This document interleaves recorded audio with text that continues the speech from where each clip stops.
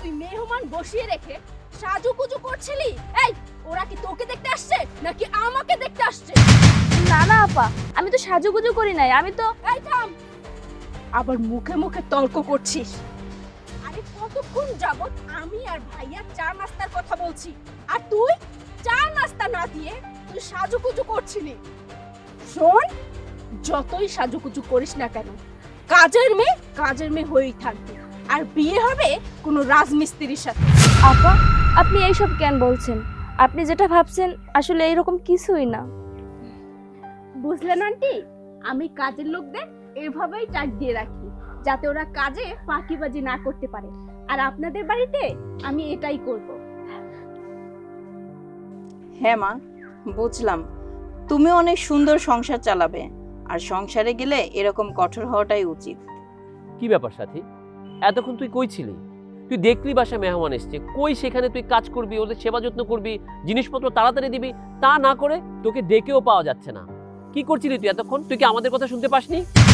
আরে ভাইয়া, তুমি এখনো বুঝতে পারছো না? দেখো, সাজুগুজু করে পরিপাটি হয়ে আসছে, যাতে ওনারা আমাকে না, ওকে দেখে পছন্দ করে। আপা, আপনি এসব কেন বলছেন? আমি মন থেকে চাই ওনারা আপনাকে পছন্দ করুক। আমি সবসময় আল্লাহর কাছে দোয়া করি আপনার বড় করে বিয়ে হোক। আরে হয়েছে, তোর দোয়া না আমার কোনো কাজে দিবে না। আমার রূপ দেখেই আমার ভালো ঘরেই বিয়ে হবে। আচ্ছা মা, তোমার এখানে আসতে দেরি কেন হয়েছে?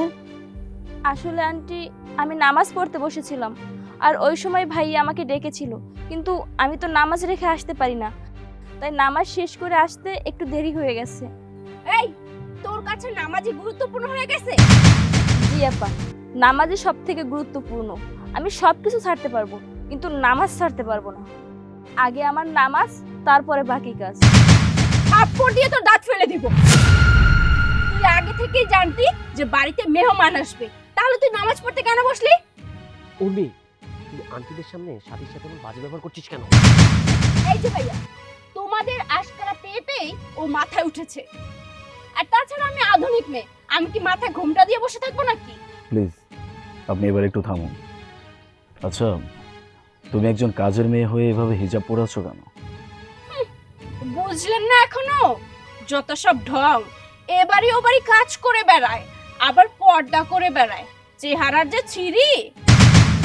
আর কি বলে জানেন, তার হাজবেন্ডকে ছাড়া নাকি তার মুখ কাউকে দেখাবে না। সাথী শোন, তোকে বলছি, কাজের মেয়ের দিকে না কেউ ফিরেও তাকাবে না।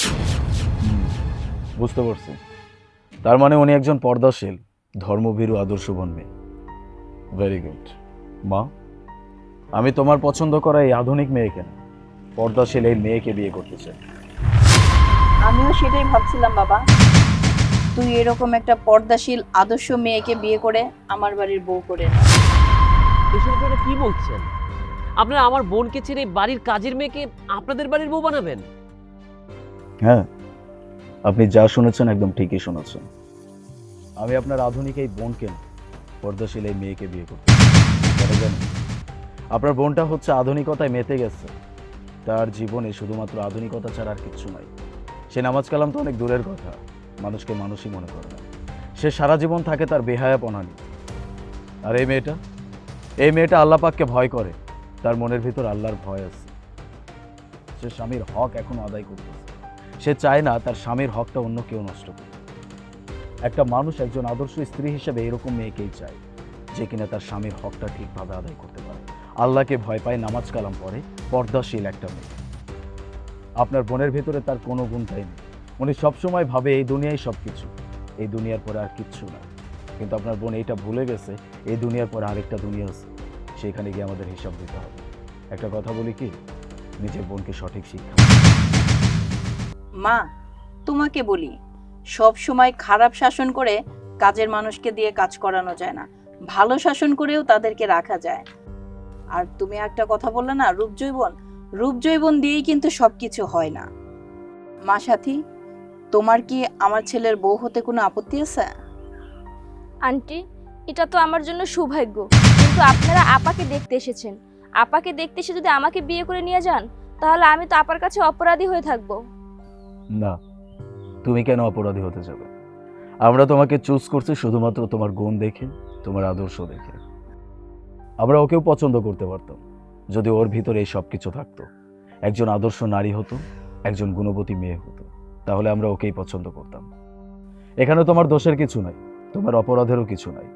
দোষটা হচ্ছে ওর, কারণ ও নিজের জীবনটা ঠিকভাবে পরিচালনা করতে পারে নাই। যাই হোক, তুমি এক্ষুনি আমাদেরকে তোমার মায়ের কাছে নিয়ে চলো। তোমার মায়ের সাথে আমরা কথা বলবো, বিয়ের ডেট আমরা ফাইনাল করব। আর এই যে ভাই, আপনাকে বলতেছি, আপনার বোনকে এখনো সময় আছে, সঠিক শিক্ষা দিন, নয়তো আজকে কথার উপর দিয়ে পার হয়ে গেছে। নেক্সট টাইম কিন্তু এর থেকেও বড় কিছু হতে পারে। সাথী, চল। আলিফ, শুনুন, এই যে দেখবি, তুই আধুনিকতার অহংকারে একটি ভালো ঘরের বউ হওয়া থেকে বঞ্চিত হলি, আর সাথী বুয়া হওয়া সত্ত্বেও নিজের গুণ দিয়ে ওই ভালো ঘরের বউ হয়ে গেল। এখনো তোকে বলছি, একটু এই আধুনিকতা বাদ দিয়ে ধর্মকর্ম কর, নিজের গুণটাকে প্রস্ফুটিত কর, না হলে তুই কখনো একটা ভালো ঘরের বউ হতে পারবি না। হ্যাঁ ভাইয়া, তুমি একদম ঠিক বলেছো। আমি সত্যি ভুল করেছি। তবে আজকের পর থেকে আর এমন কোনো কাজ করব না যাতে তোমার মান সম্মান চলে যায়।